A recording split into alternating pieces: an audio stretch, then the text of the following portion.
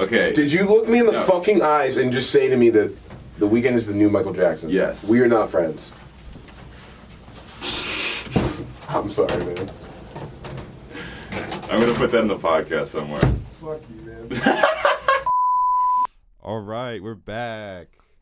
Welcome to the 5th episode of the Pink Hoodie podcast. Today we have another comedian. We always have comedians. I don't know why I said that. It's like only comedians on this show. A lot of people have been like asking me that are like my friends who aren't comedians. They want to be on it. And I'm like, you have to do comedy in sorry. some aspect. I can't do it, Brad. Our guest today from the Just for Attention show Yeah. at the Lizard Lounge. And Craigslist comedy. Comedy. I have 2 now under my belt. Wee, everybody. Hello. How are you doing today? I'm okay. I'm trying to like stay above water. Yeah. I just came from work. It was my first week back at work. Uh-huh. Where do you work at? I work at... Should I disclose that on the internet? All views are my own. Do you believe in an afterlife? I like knew what questions were coming and I still didn't prepare. You know what? I go back and forth because I feel like I don't want to, because I think once is enough. Being alive once is enough. But I don't know. I think it's definitely cool. I would say I feel like I kind of believe in reincarnation. I'm a Buddhist, so that's kind of what it is. But I don't believe that your consciousness carries over, if that makes sense. Okay. So you were raised Buddhist? Yes. Okay. It was kind of actually there wasn't like any pressure really, which I think is very not normal for people who are raised with spiritual parents. But my mom's parents didn't force them to follow religion either. They basically were more like we want you to choose a religion and practice it, but we're not going to force you to choose one. So you could be like, pick any. Yeah, and it's like I had like 6 aunts and like 2 uncles. So it was like there's a large range of how spiritual people are and how closely they follow religion. Yeah. So like I have a good mix of like Christian relatives and Buddhist, as well as like cousins who are like atheist and aren't spiritual at all. Yeah. So. I'm like one of the only people that I know in my family that isn't like super religious. Okay. Yeah. Yeah, and I think so that's why I don't go to family reunions anymore. Yeah, I guess if it's like spiritually based, everyone's pretty that's really hard. Cuz it's like, what else do you have in common? Yeah. Literally talk nothing. about. Yeah, I think religion has always been kind of respected and revered. But not necessarily something people use, or at least members in my family use to like guide like decision making, which I think is really cool. Yeah. There's like when I feel like I like lost my faith when I was like 17. Then I was like looking into this like new age stuff, reading a lot of like new age books. Yeah. Reading up on like Hinduism and Buddhism. And there's a lot of stuff I like in there. Yeah. And like, but I don't have any like. I'm trying to find out like what's right. Well, I think the thing about I'm never gonna find out what I think the right answer is. I feel like and it's really cool. I think Buddhism is kind of like what you make of it, and I think I've actually read some books where people use it as a supplement to their like main religion. So like they will practice Buddhism in addition to being like a devout Christian. Yeah. So I don't know. It's kind of cool, and I think there are aspects of like Hinduism and Buddhism too that are just like have been very mainstreamed and like popularized due to like yoga, like meditation. You don't have to be religious to like enjoy meditating or like self-reflection. So yeah. So like we said, like basing like Buddhism as like a side, like the main entree like is a like supplement, and then like you get a side of Buddhism and a cup of Hinduism to wash it down. Yeah, I mean, I think there's something to be said about that. I mean, I get if you like align yourself with religion and like that's fine, but I think it's really good to have an understanding of other religions and what people follow. Yeah, I'm very interested in Judaism. Yeah. I feel like they have a very good like cultural connection to each other, and like same with like Catholicism in some aspects, and Islam too. Right. They all feel like very like family oriented. Yeah, I mean, I think I think most religion is just kind of at the core of it. It's storytelling, and also, I mean, what brings a community together more easily than a good story. Yeah, I like good stories. So, have you ever shat yourself? Yes, actually. I was just thinking about this. I was trying to write a joke, and I was like, I have just been, like, grasping for anything because I need to write new things. But, yeah, it's so sad because it was, like, the last time you shit yourself doesn't even reflect on, like, how much you have yourself together. It's just, like, anyone is prone to shitting themselves at any time. It's, like, besides death, that's the great equalizer, I think. Diarrhea. Yeah. And it's just, like, nothing. Anybody, like, you could email it and be like, I'm having issues. And people are like, take this time you need. People are very understanding about bowel movements. I feel like. It's just out of your control. That's the one thing everyone can agree on. I don't know why people are divided nowadays. Just like we're all the same. We all shit ourselves sometimes. It's okay. It happens, just you know. Love one another. Yeah. Yeah. I mean, was the answer just yes or no? We're just gonna. I had like I wrote that down because like I remember I was like a week ago I was like in bed and then like I kind of had like a shart in my bed. Oh, a shart. And then I just kind of fell back asleep and dealt with it in the morning. Oh no, Tyler. No. Oh. It wasn't like a huge amount. Were you like conscious of it or were you like, I'm not sure? I was there was a little came out. I farted because I kind of felt like I had to, you know that feeling when you have to like poop, like when you're in bed.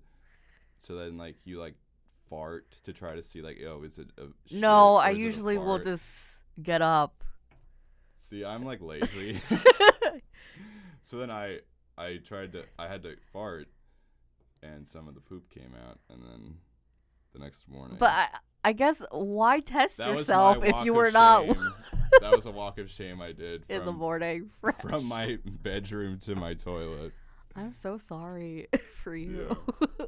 Sorry to your bed. Yeah, no, the bed was fine. I was wearing I like sleep in my clothes. Like actually I do that too. And like pants and this shirt. Like when people say they can't fall asleep in jeans or lounge in jeans, I'm like, you're buying the wrong type of jeans. Yeah. Like I don't know. I never have a problem falling asleep. I don't wear jeans anymore. Yeah. Because I feel like I don't look good in jeans. So I just wear these like black stretchy pants that are like super comfortable and you can sleep in them, and I do. Well, like you can these buy. Are like my pajamas. I feel like you can buy stretchy jeans. Yeah, but I don't know. They're hard to find. I just don't. Yeah, you're a tall person. I wear a 36. Yeah. Which is like not that common of a size, so they're kind of hard to find. You need money for a tailor. Yeah, I'm not. I can't one day. That's the day. Dream. Jeans. Do you have a favorite curse word? Favorite curse word? Oh, they're all so good.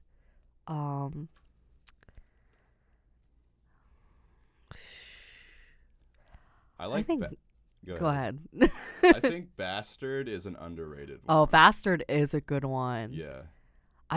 It's so hard depending on context, like, because universally you can use fuck, but oh man, they're just so colorful. All of them, they're so good.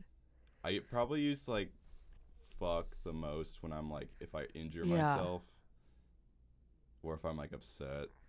Yeah. Because that's like, there's like no other word that I can think of that like. Yeah. And then I mean I know people have a problem with God damn it, but that one's pleasing to say because it's so many syllables and also so succinct. So how long have you been doing stand up? 10 months. 10 months. 10 months. So I'm coming up on a year in March, I think. Okay, nice. Yeah. So you yeah, could time have goes had fast. a late child in those months. I wrote a joke. Post-mature. I have a joke about that child. because my friend is pregnant right now. Oh, okay. Do I know this person? No. Okay. Friends outside the comedy circle. Yeah, no, I feel like I'm so excited for you to turn 21 because then you can actually sit and like watch us work through our sets.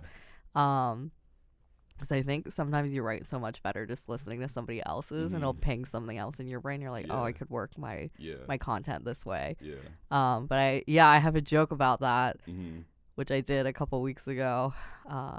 Yeah, my friend is pregnant, and I realized I'm like, wow, she's gonna carry a baby at the same time, like the same amount of time that I've been doing comedy. How far along is she? Did she have the baby already? No, that'll be a March baby. Oh, okay. Yeah, So like a year. Wow. Yeah. Damn. Pregnancy is hard, I feel like, I for know. ladies. Well, I think it's crazy insane too because I'm 25 and I'll be 26 in March, and my friend is, she'll be 26 in May. Yeah. So the fact like she's doing, I think it's kind of uncommon nowadays. It's like pretty young to be having kids and like settled down at 25.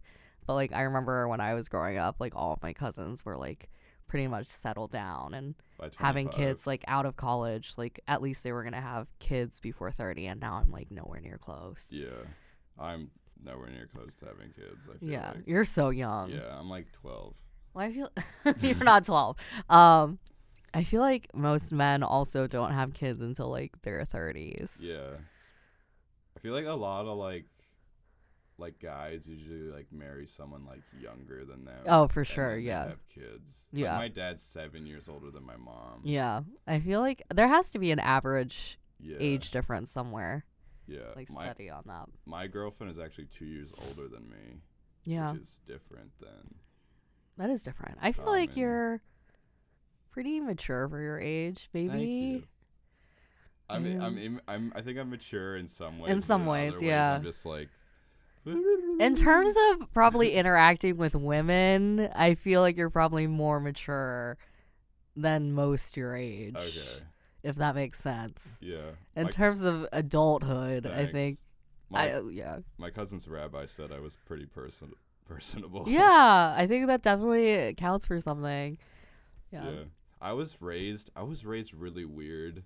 So my dad, I have a couple jokes about this, but he wrote Christian dating books. Yeah. And he would like as a kid, like he would like tell me that like women are like dangerous.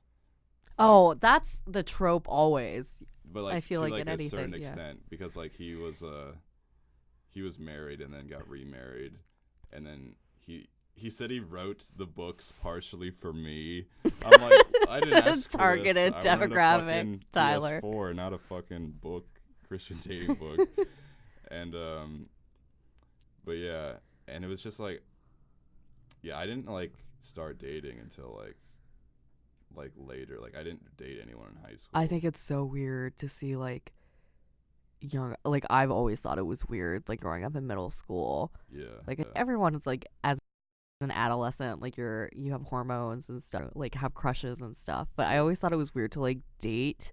Yeah. In like middle school and even high school.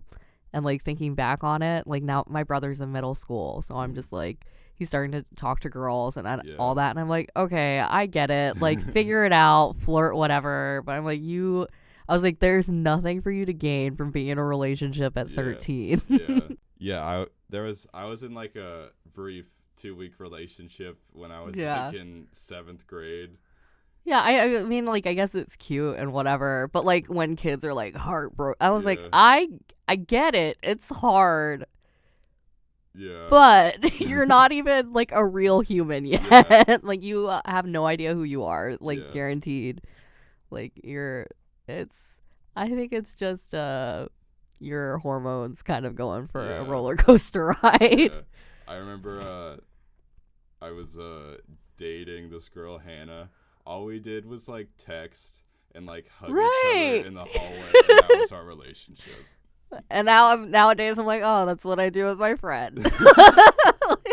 So I think it's just exciting to be like, oh, I'm doing an adult Yeah. thing at 13. Yeah.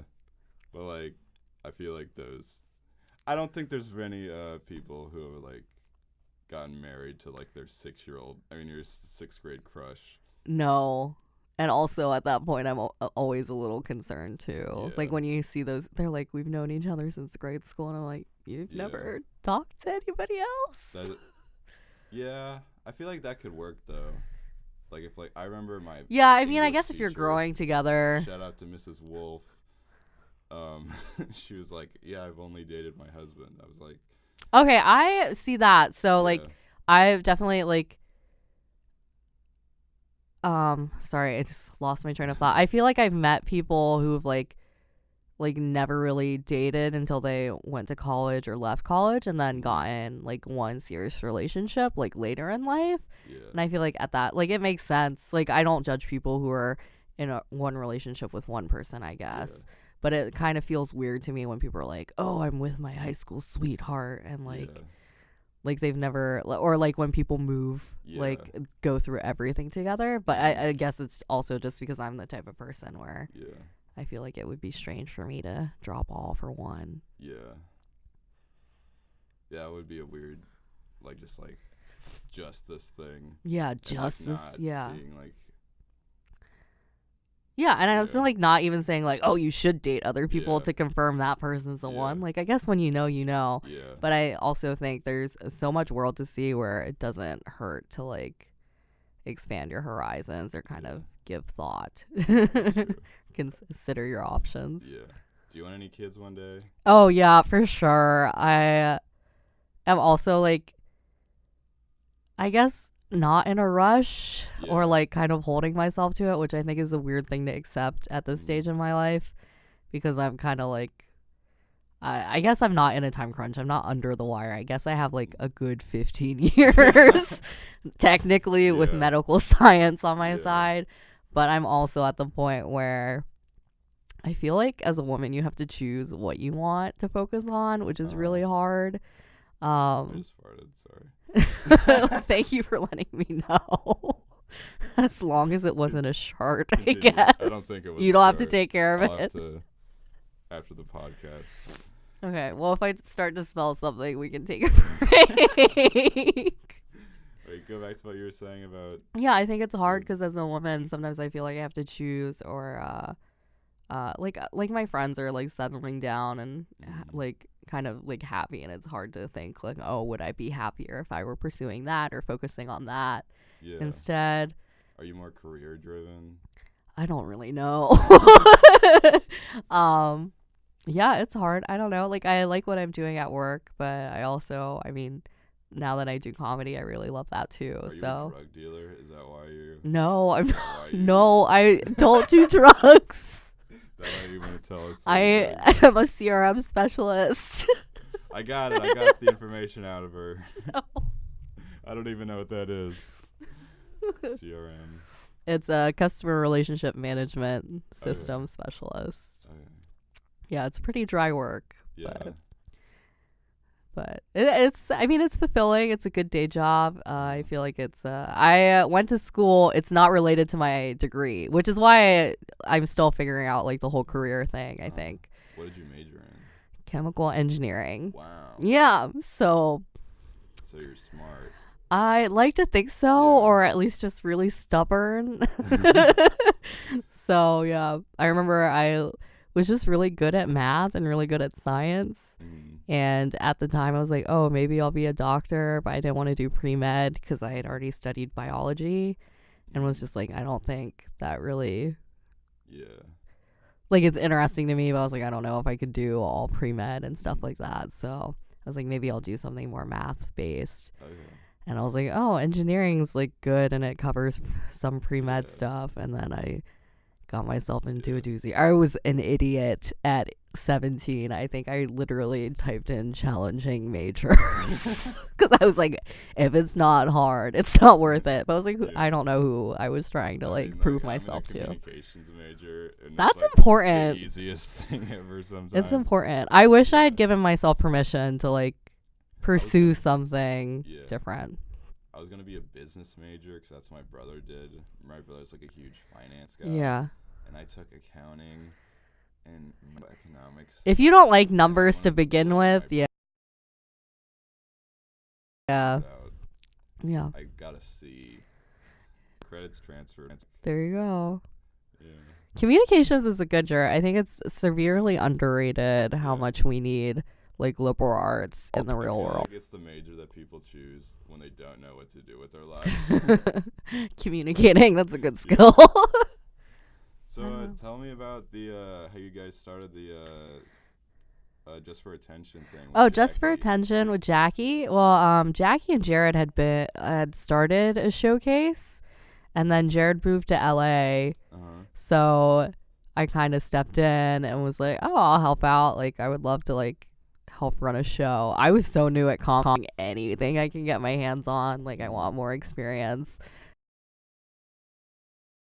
And it kind of evolved from there. Jackie and I were like kind of hit it off as friends really quick, and it was just fun hanging out and like meeting other comedians, and it's a good way to network, I would say, and it's a good way also to figure out how comedy runs in terms of business. Like, I think it's one thing to be a good performer, but another thing to be a good person to work with, and I think that's something that's taught me a lot in terms of meeting other comedians too, and trying to work with other people putting on shows. That was a good answer. Right? But yeah, it's a good show. I'm excited you'll be able to come to our next one. That's Valentine's Day weekend on Sunday. Yeah. So I think Audrey said she was like gonna put on like that Lizard Lounge. Oh, her show? Like we're gonna like celebrate my birthday, I think, on that. Oh, at the mic? Yeah. Yes, that's the week before our show. Yeah. Yeah, and I think I'm excited for it. Shout someone out to Audrey. I love Audrey. Me too. I sometimes I question how long I would have waited to start comedy if it hadn't been for Audrey. Because I went to my open mic just to watch, and then I remember just sitting there and I was like, oh man, this is rough. Like, you know, the people at the open mics. So I was like, oh man, I don't know. And it's like seeing newer comics, like not like they would introduce the newer comics, and like the way the room works is you always give working comics up front so they have the audience.